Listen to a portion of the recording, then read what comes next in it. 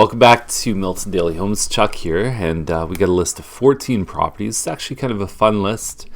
Some different things we don't see every day, which is always good because when you've done like 1,400 episodes, things can start to look the same sometimes. Let's get started. 642 Frank Place is $429,900. By all measures, this seems like a really good deal.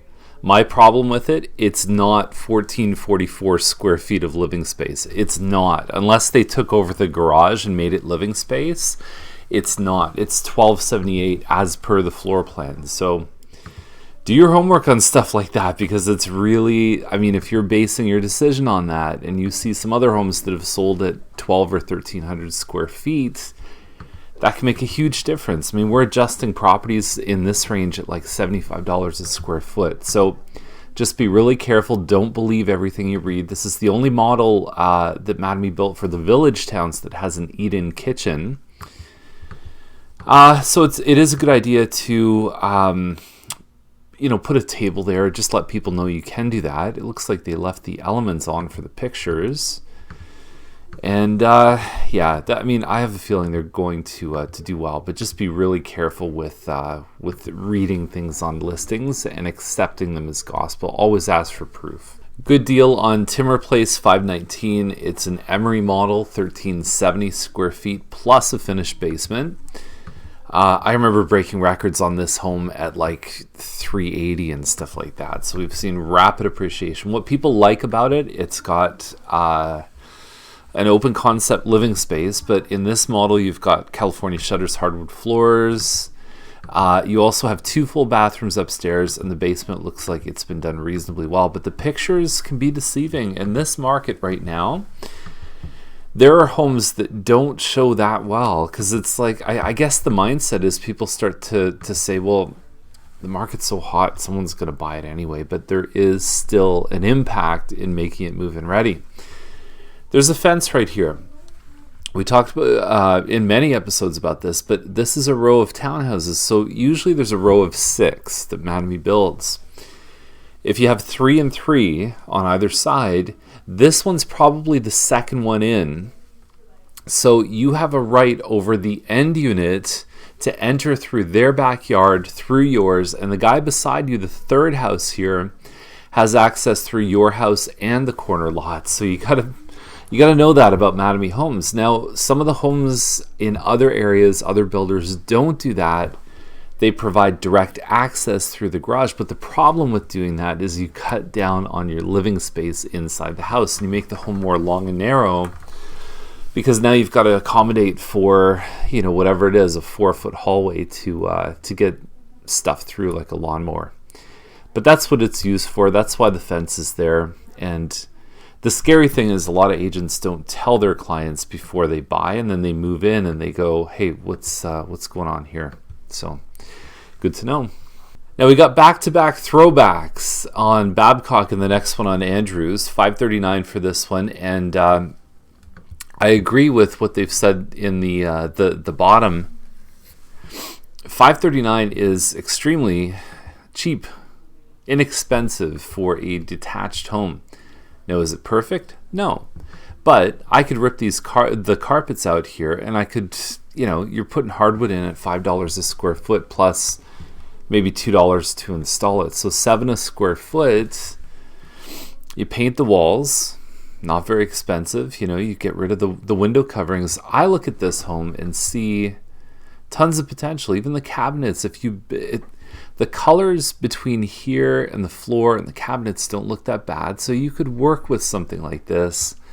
Even painting the cabinets. I wanted to turn this into kind of a darker cabinet or cream-colored cabinet. You're looking at $100 a door, more or less. The counters are not expensive to fix.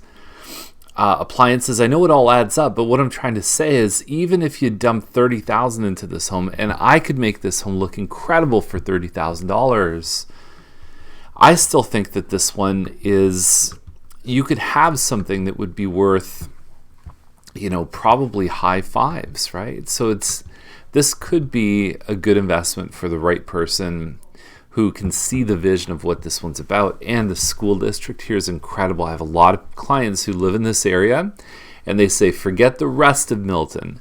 I want to live in Dempsey. I want to live north of Main Street because this is the place where my kids go to school. They love the school. They're happy. The neighbors are good. Convenient access to the GO train, the library, the leisure center, the 401. It's all right there.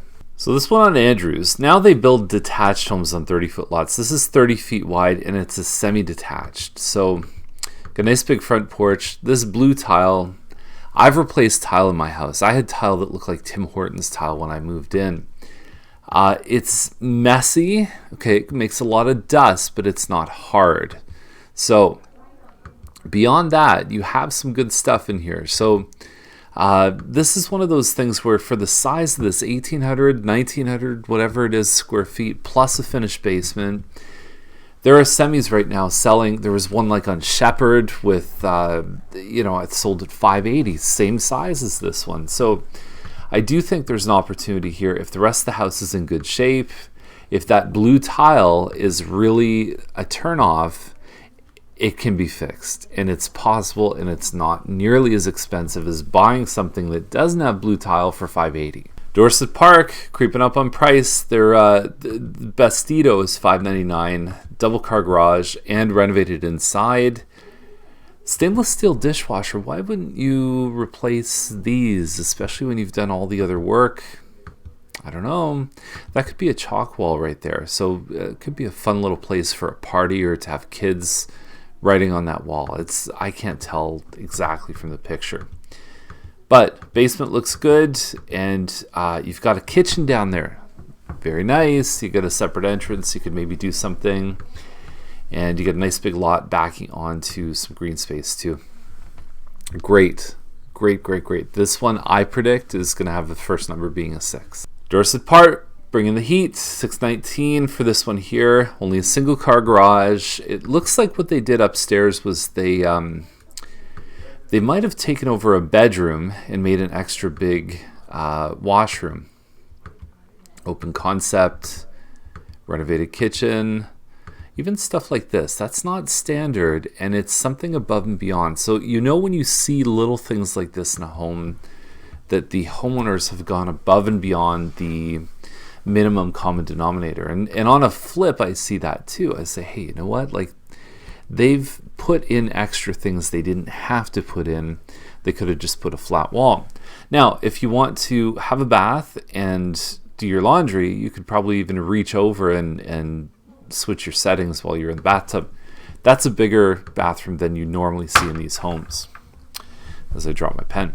And basement looks good. Yard is awesome too. So I like this one.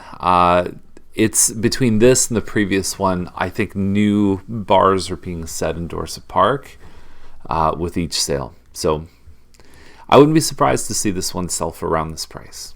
So Morrow Lane, as I predicted last year, these homes are getting about 10 years old. And the thing about that, the design with these is that the kids would have this kind of big park area in front of the house. And I think what's going on now is that the kids that were 4 and 5 years old when the owners bought them, because there was very low turnover on Morrow. Like, I could think on one hand the number of sales before 2016. But I think those kids are now 15, 16 years old, and everyone's starting to say, well, maybe we move to something else. Or they were 8 or 9 years old, and now they're starting to get into like university kind of age and downsizing. So I love this look. I love that kind of like double porch look. When you move the garage to the back, because this is a laneway access through the garage, you'll see that in another photo, but you're actually creating open space. Typically you've got a garage, actually my wallet's right here, garage, and then the house goes around the garage like this, like an L shape. But when that's out of the house, then now you have a square design which you can do a lot of things with. It actually creates a nice open concept feel. They may have over accessorized that kitchen, but it doesn't look terrible. And there you go, bedrooms upstairs, 5 bedrooms including the one that's above here. So you've got a stairway access. That's great for a home business. It's also good for a nanny suite. And then you've got your double garage. And I think one parking beside here too. I don't know if you could park in front of the doors. But not a huge backyard. That's the only downside on something like this. But I think the rest of it is really interesting and unique, and we always like that here at Daily Homes. And there was a recent sale in this area that I thought sold for lower than they could, and they were listed for the same price as this. So I think this one has the juice to get up there. I'd like to see it over 8. Now, I heard there's already an offer on this one. They were holding back. You had a bully offer last night. Don't know how it turned out, but $799.9 is the price, 2720 square feet. Coscourt built, nice looking area, nice looking home. Although, this makes me laugh. Photo's not stretched. It would have been nice if they matched the appliances. Clearly, that didn't have an impact on their life because they got an offer pretty fast on it. But it's a nice floor plan. And this one, and then there's a Heathwood one that has that split level family room over the garage that I think are infinitely better than the other options for that style of home. And a good sized lot, 43 by 101. There's some homes in Timberley and Bronte Meadows in the older section that have lots that size. So not surprised they got an offer fast. Next up, Earl Crescent. This is a Newgate model, 24 something square feet. Plus a finished basement, interlock driveway. You've got interlock in the back here too. I mean, I see just from the pictures probably 15,000 worth of interlock. Now they've also done, actually, you know what? I think they filled in. Normally this is a space that is open, but because it's filled in and there's 5 bedrooms, I think what they actually did was created another bedroom upstairs to make that 5th one. Got a bit more old school. We saw that on Babcock and Andrews. So this is the old school episode. Let's take it back to the old school. Nice looking finished basement too. So even from the measurements here, it says over 2,500 square feet. So normally they're 24. Add that room upstairs, you're probably another 150 square feet. So you might be in the area of like 26, something like that. They didn't do this in this model. They did it with the Glenwoods, or so I thought. But there you go. I guess they have it. Good looking home. Great street too.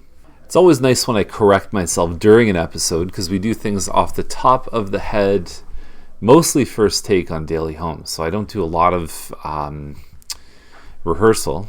Just sit here like as if I'm sitting right beside you in your living room, just saying, hey, here's what you should know about these homes that are listed. So I hope you find it helpful, and we'll see you tomorrow with more Milton Daily Homes.